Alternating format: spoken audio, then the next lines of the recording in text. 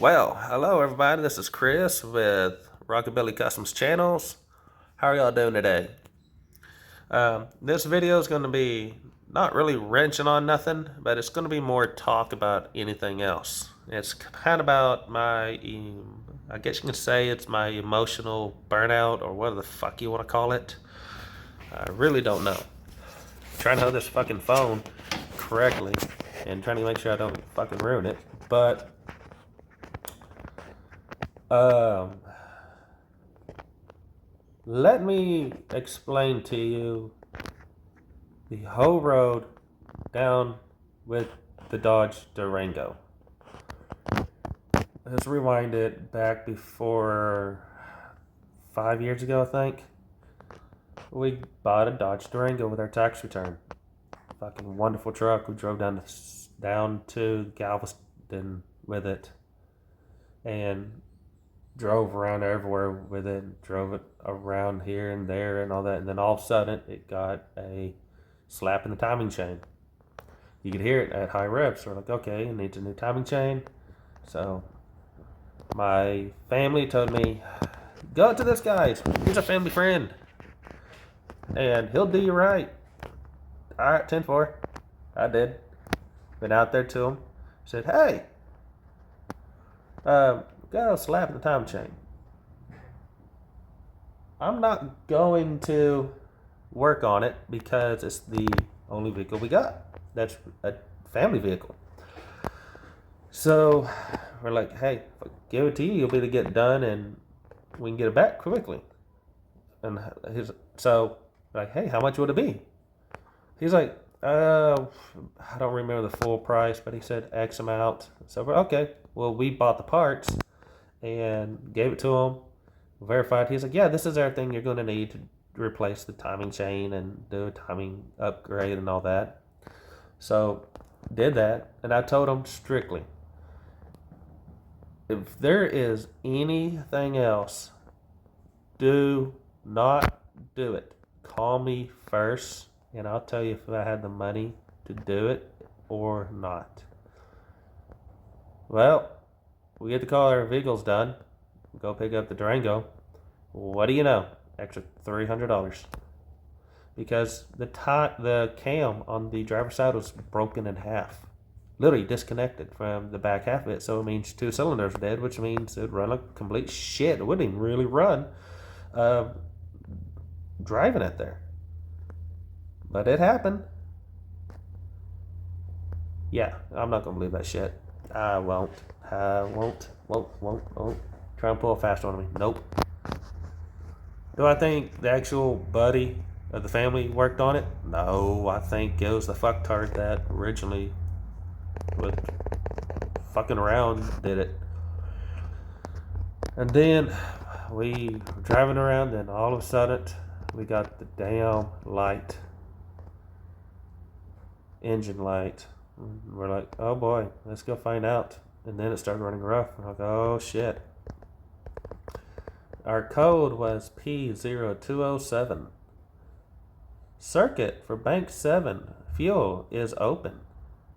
So yeah, we go to the ringer of that one. Oh my god. We replaced the injector 2 times. Then we went through and replaced the spark plug and the spark boot on that side. And then we went to inspecting the whole harness. The harness is good.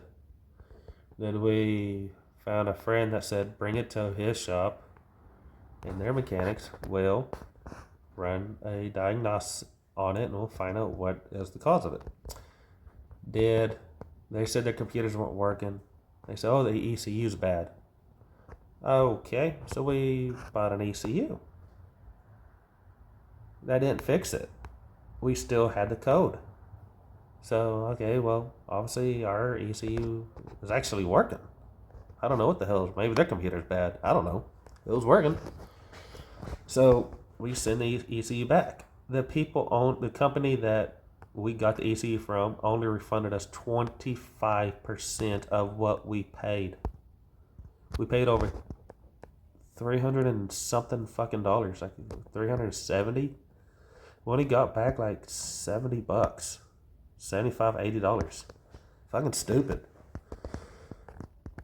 So one night I just drove down to O'Reilly's. I had a buddy that had a borescope, and we actually sent the borescope down that fucking cylinder, and then what do you know? We saw a crack. That's where it all came from. That was the whole issue with why we had that fucking code. Why it was running rough and all that. It was that.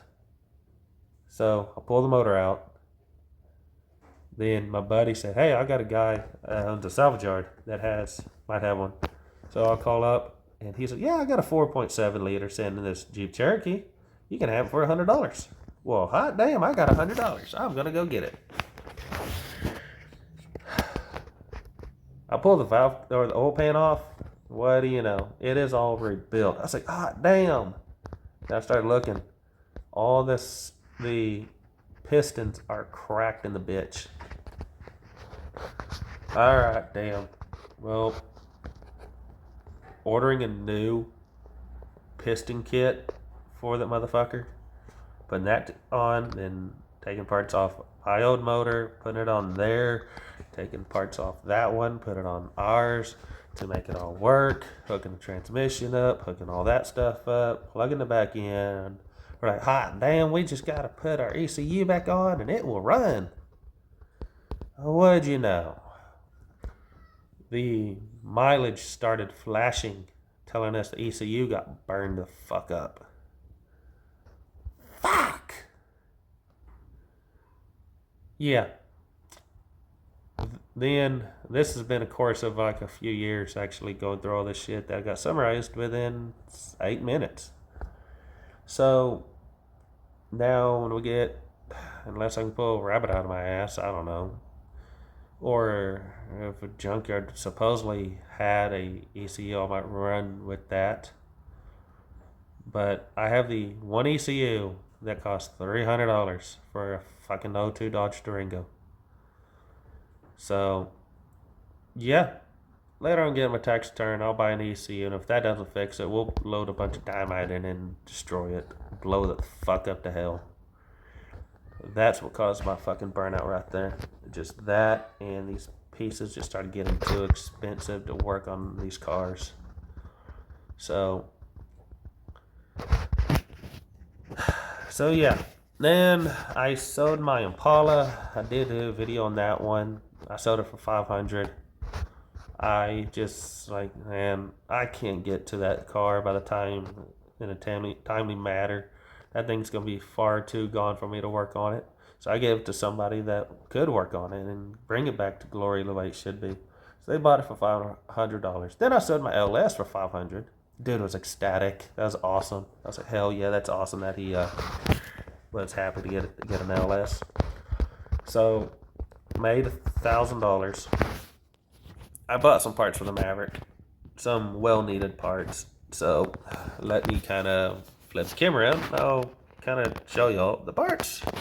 So here we got the little Maverick.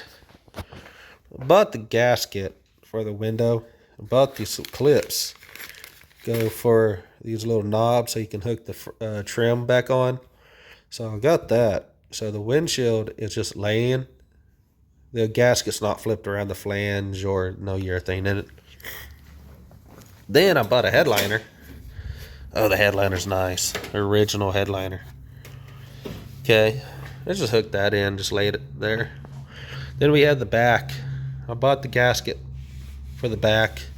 Again, it's just laying in there. It's not around. I still got to get some string and some polyurethane and pump it in there and, yeah, get it mounted.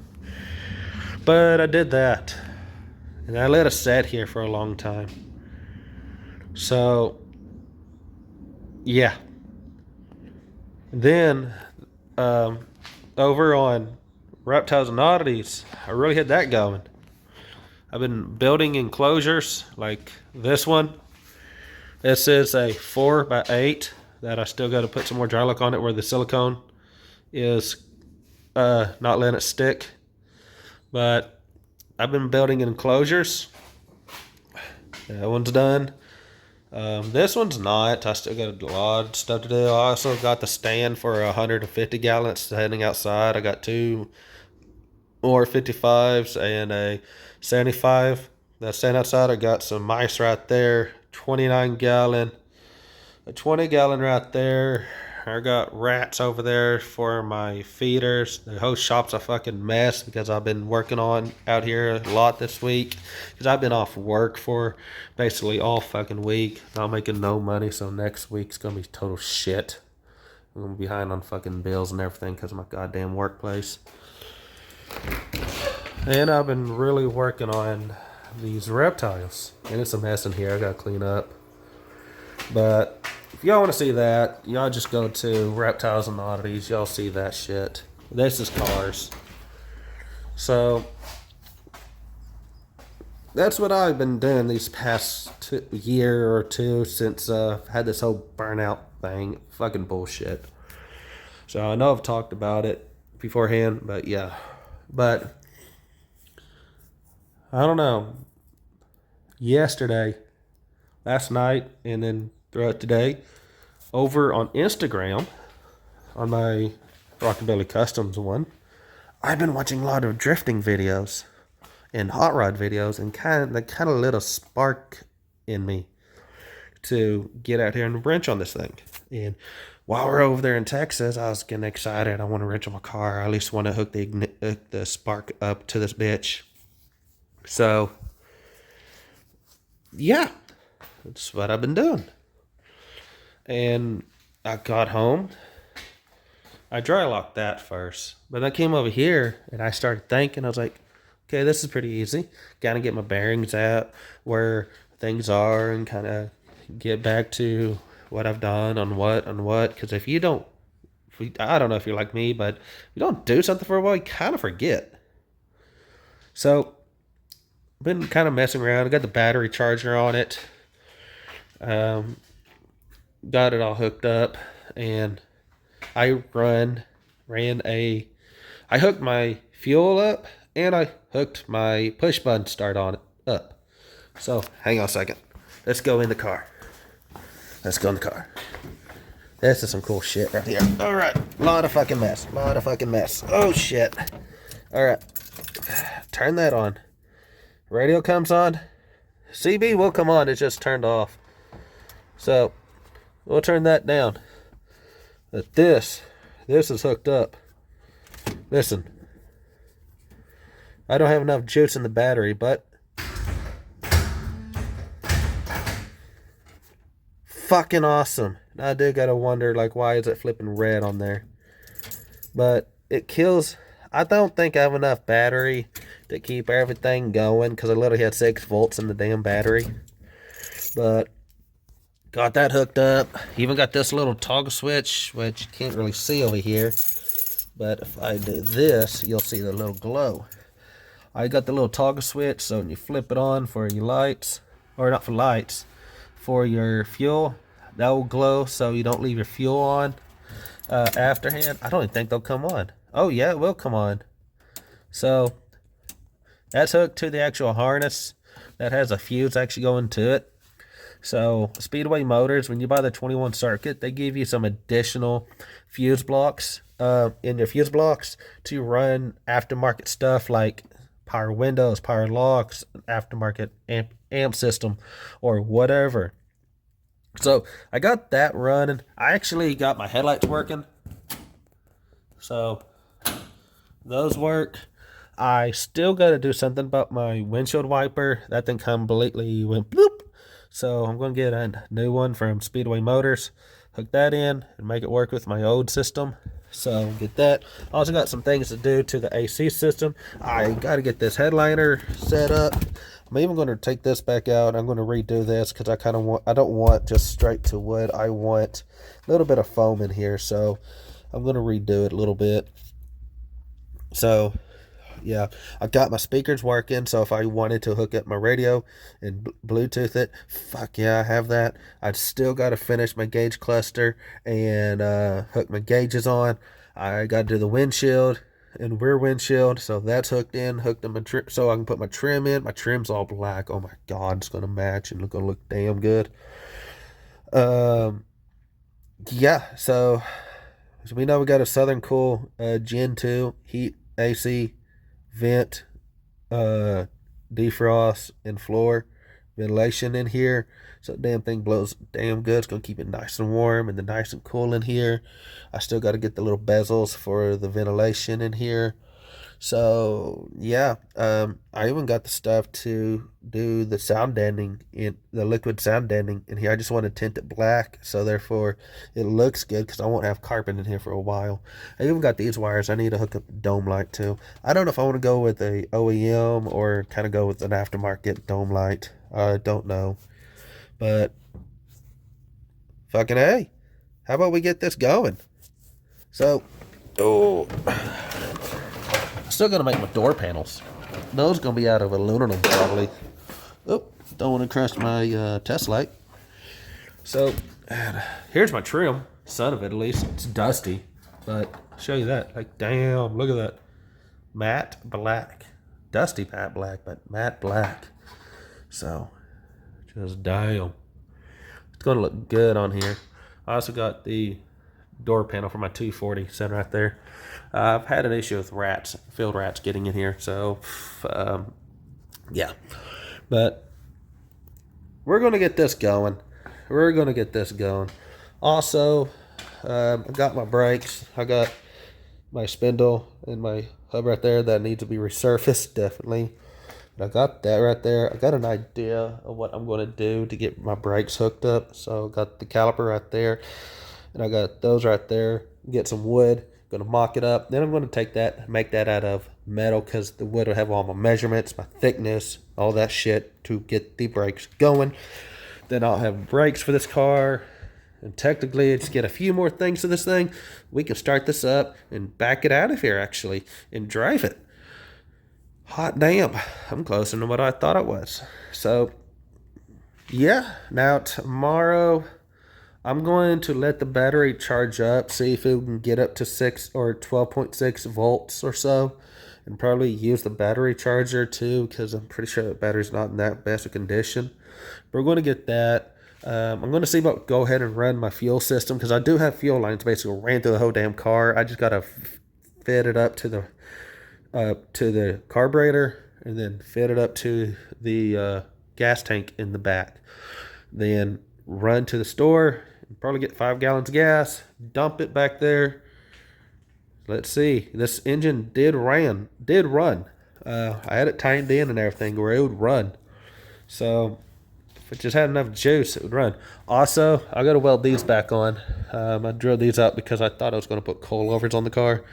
I'm dead wrong. So I'm going to be grinding away some paint, cover up the rest of the paint, weld those back in, and then I got some paint left over. I can go touch it up. So back this car out and get it washed, knock all this dust off. So guys and gals, if y'all do see this video, let y'all know I am hopefully out of this fucking burnt out fucking thing that I'm in, because I love these hot rods. Like, damn. Also, I want to work on my drift car, my 240SX that's sitting out there. That thing needs some love. So that's gonna be the next vehicle that's gonna be sitting right here. But guys and gals, if y'all are watching this and some of the old subscribers that were fans of the channel, if y'all see this, just want to say thank y'all very much. And I'm so sorry for not being there posting videos. So, but this is the real life. Sometimes you get into ruts like this.